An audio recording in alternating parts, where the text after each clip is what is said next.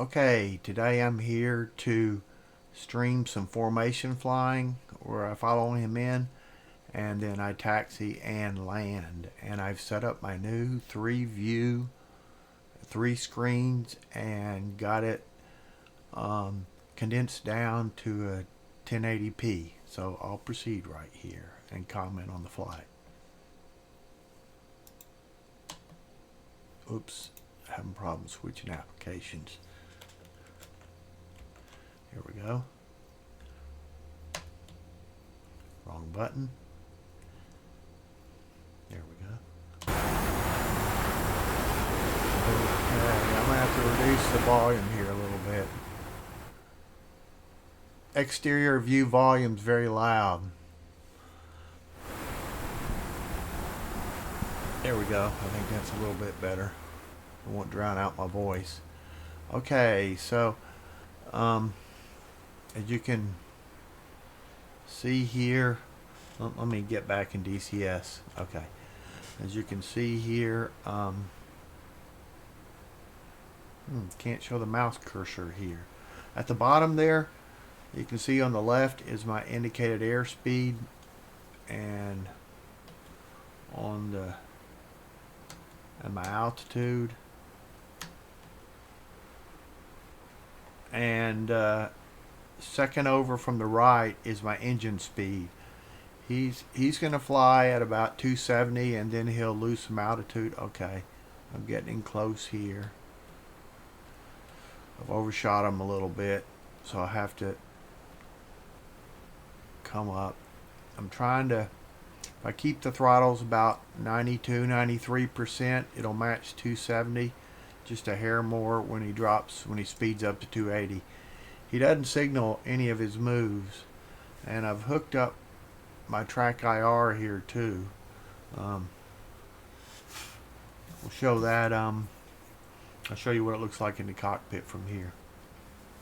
Let me get back to DCS.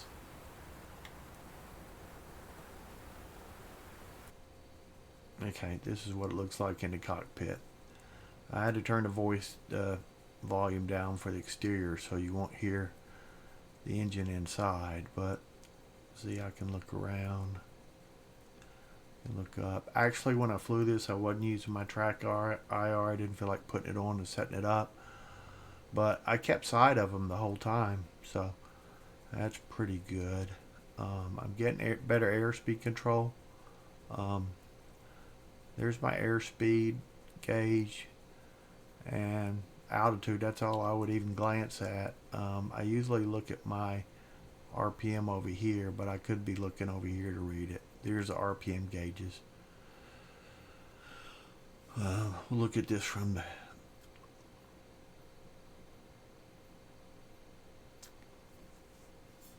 I'll tell you what we may do.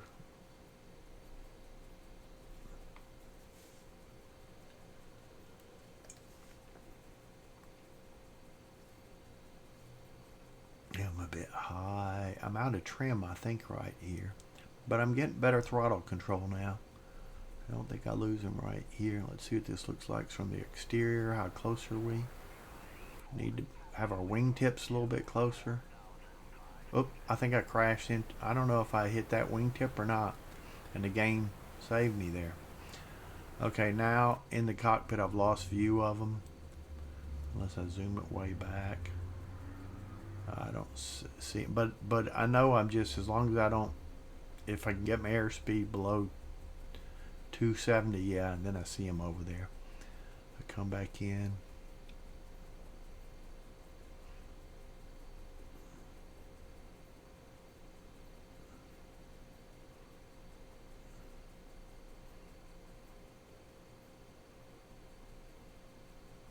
Notice how the horizon changes however I look around. Let me recenter this. Zoom in a little bit. There. It's just a 3 monitor thing. It has to show on the sides kind of your slope going up and down. If I was to raise up a little bit, it might help. But okay, so I'm standing close here.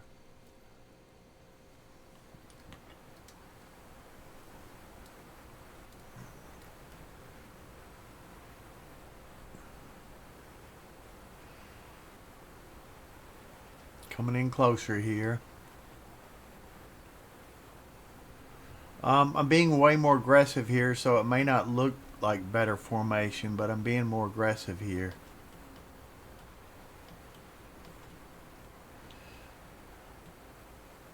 Okay, I'm just ahead of him again. I've gotten just ahead. We'll look in the cockpit here. See him over there. See if I have my TrackIR on. But I got to get used to flying this too. I've been flying since flight school. I've been flying. You see, I thought he went under me there. So,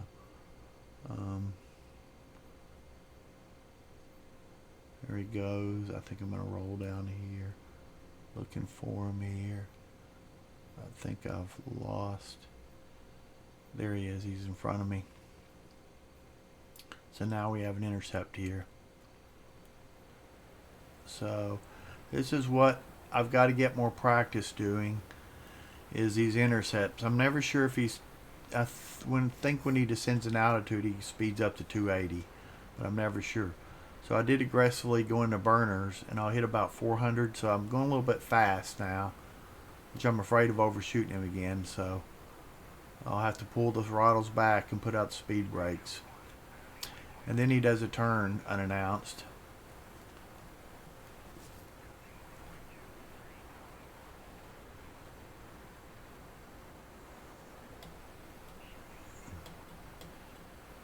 So he's not calling any of his moves. In normal flight, if you did a turn or change altitude or change airspeed, you would call it to your wingman so he knows what you're doing.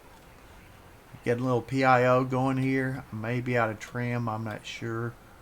If I'm in trim, I just let go of the stick when I start PIOing it.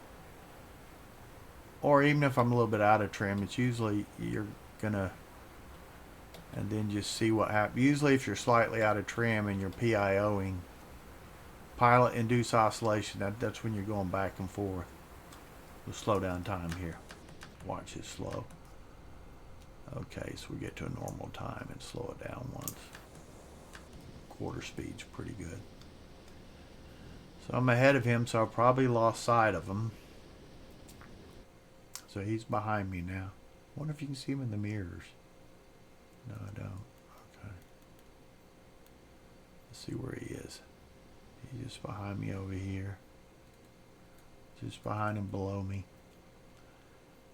Do I realize that, or do I just, or usually I slow down. When I get ahead of him, I slow down and wait to see where I can find him to keep from in midair. But I think if I didn't have sight of him at all times, which I obviously didn't there, I had situational awareness of where he was, which is hard to keep.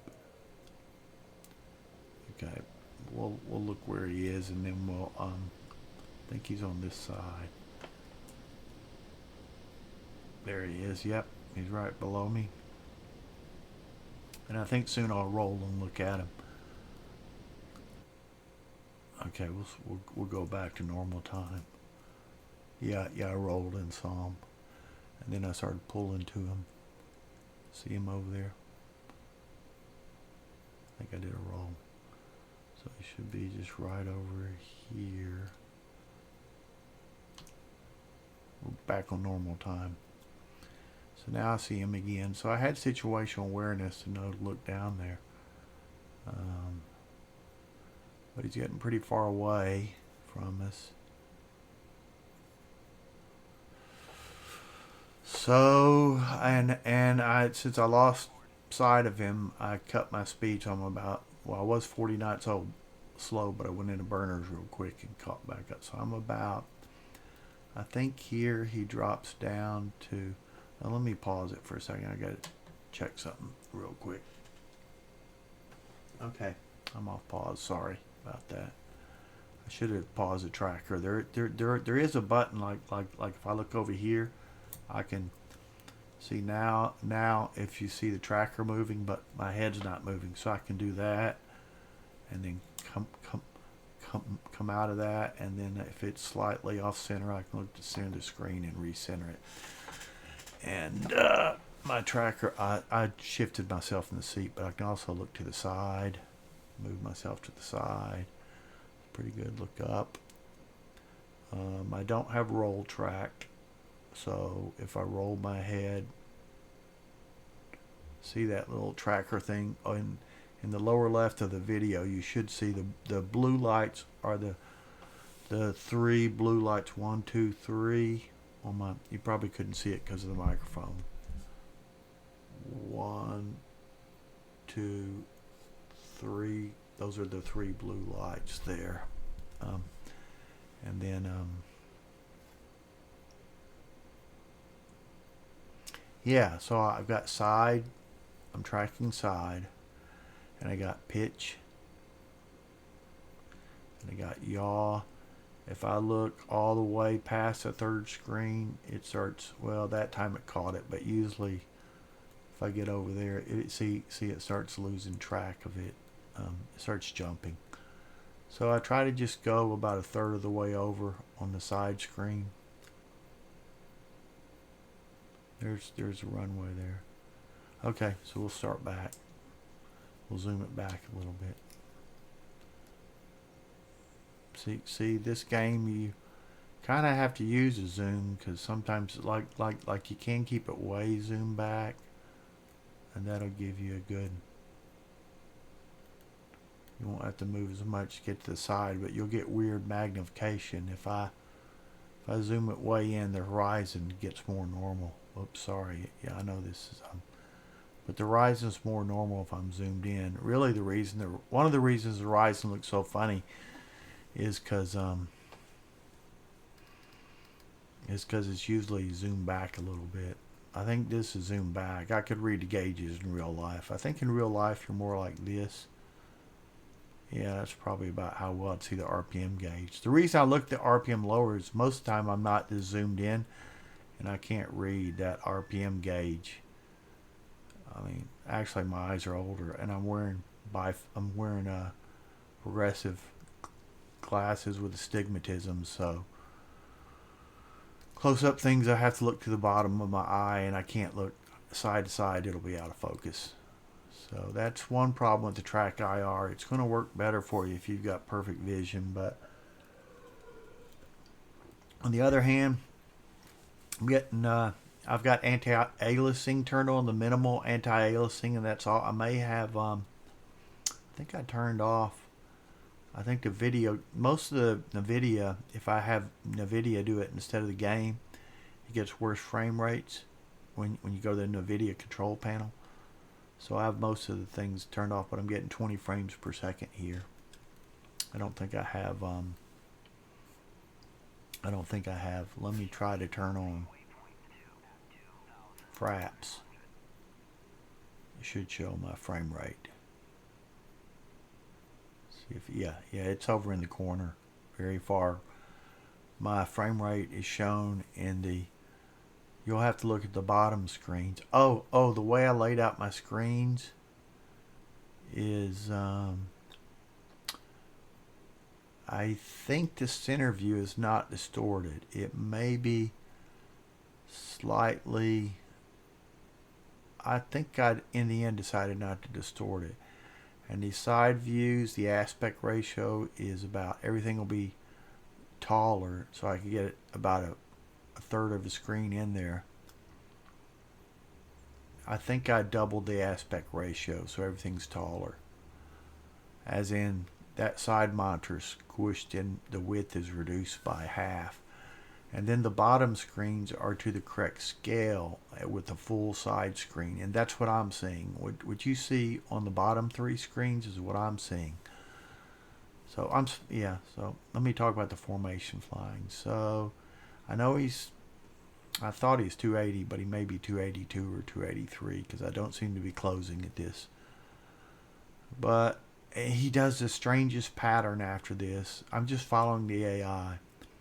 But I come in, and just about the time I get closed in, he's going to loop to the, he's going to cut throttles to idle and put out speed brakes, and he may drop flaps. Even when I cut throttles to idle and put out speed brakes, I overshot him.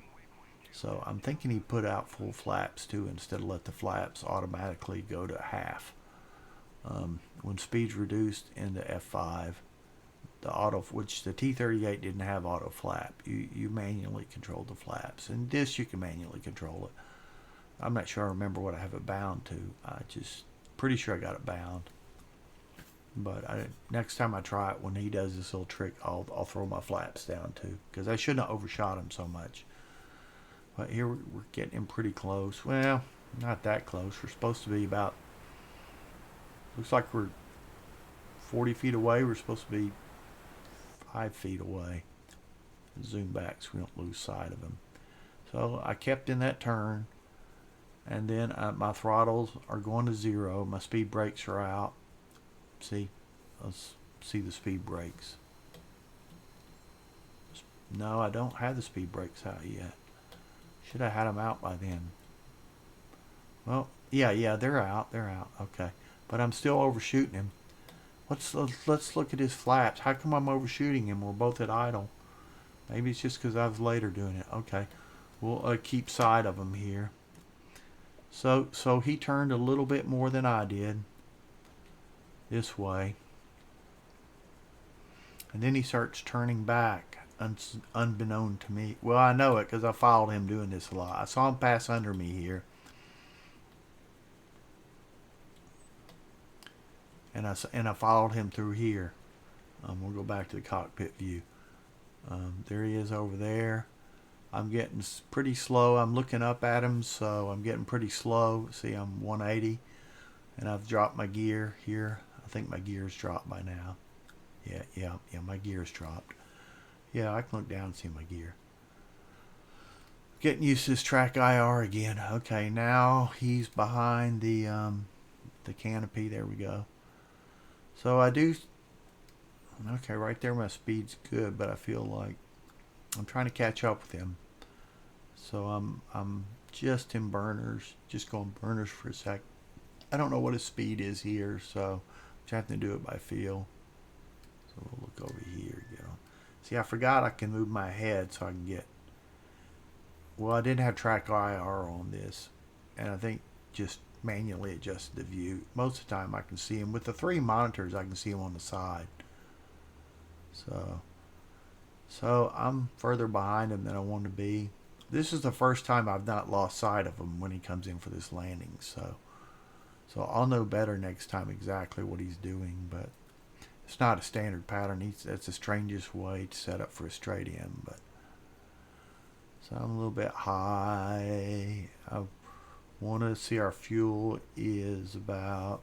We'll zoom it in real quick. Our fuel is 1800. So subtract 500. Average of 1800 each tank. Subtract 500 is 1300, so add 13 knots to 150. Should be landing at 163. I didn't ever check it, so I was trying to come in a little slower. And then 163 plus 20 for the final.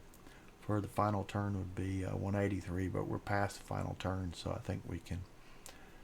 I don't know if you showed 163 right here. See, I'm slow. I'm about 10 knots, 25 knots slow, so I got kind of panicked, and I think I put it in burner.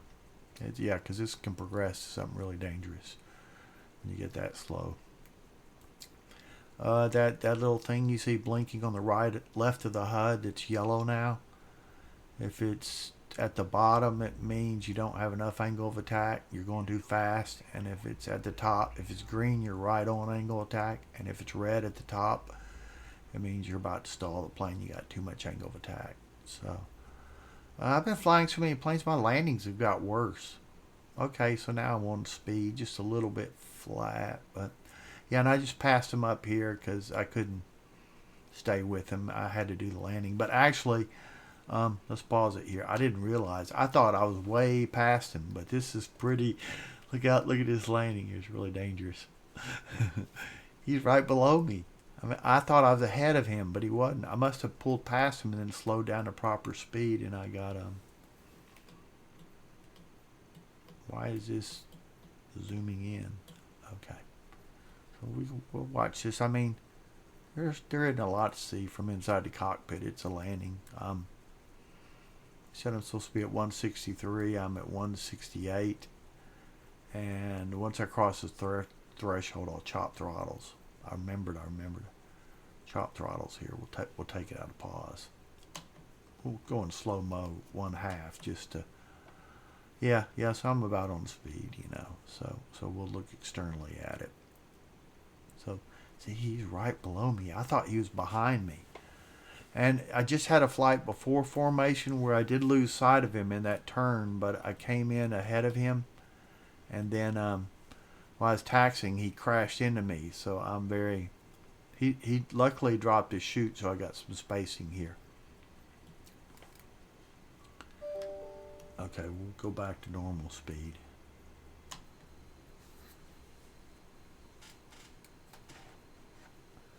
Okay, so now the landing's done. He's behind me. I'm so excited about these 3 screens that I didn't talk a lot about the formation. I'm sorry. I'll probably put up another one, but my formation is getting better though. I get used to TrackIR and how to use it, and I got my powers down. And what I try to do, this is a very hard plane to formation fly for 2 reasons compared to a fly-by-wire plane. The older engines spool up real slow. That's A, that makes it hard to fly in formation. And B, a fly-by-wire plane you would be trimming, and you know that I almost feel like I don't remember the T-38 being this unstable.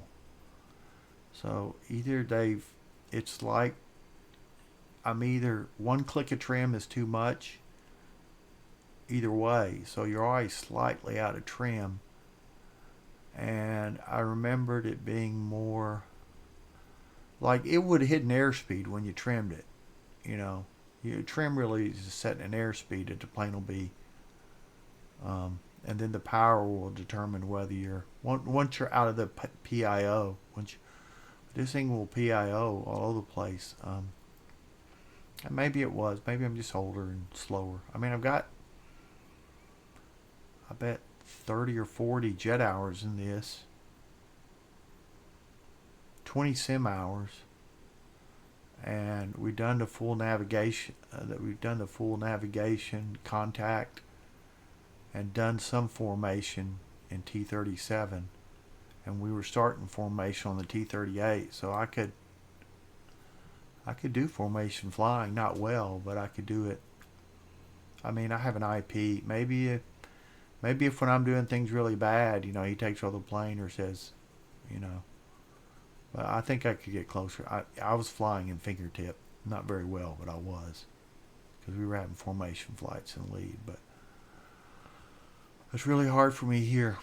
I'll get it down though. But it's the first flight sim I've been able to. Usually, when I did the other ones, just a limited screen, you know, where you actually should be is they should be. I think you're looking about over here when you're in formation, you know, about over here. And you can't see that in a normal flight sim. You just see part of them, and you can't get the visual clues of the whole airplane. So here we do a nice little oh, and I didn't comment on the taxiing. Nose wheel steering is oversensitive on this. It's very hard.